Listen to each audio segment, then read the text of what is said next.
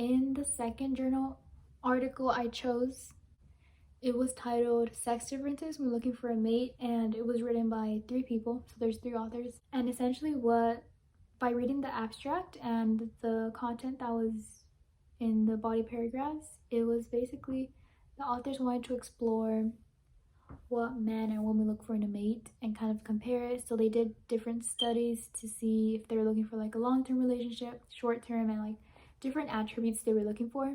And after they did the studies, they like figured out all the statistics and stuff, and women were seen to be more selective in choosing their mate. And as you can see, how I've been talking about in the later slides, that women were looking for somebody that was really fit and had these physical attributes that made them look stronger and be stronger. And that's kind of adding on to the point of the article that women tended to look more for the physical attributes.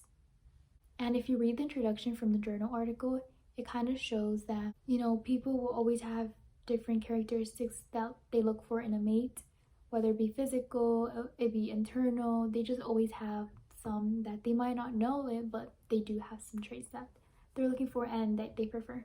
What the article is trying to explain is that there's going to be multiple people coming in and out of your life, and you're just gonna like learn from each one basically, and then you're able to find the one that suits the best for you. And something that evolutionary psychology has done is that they wanted to explore like the sex differences between looking for a mate and the similarities. And this article, it was a little bit long, but I really learned a lot from it, and it backs up my examples that I used in my slides as well. In one of the experiments they did, there were 46 participants, and they were taken out of a university in Canada. And so they listed different attributes. I'm just gonna name a few, but they include age, health, wealth, income, occupation, intelligence, affection, skills.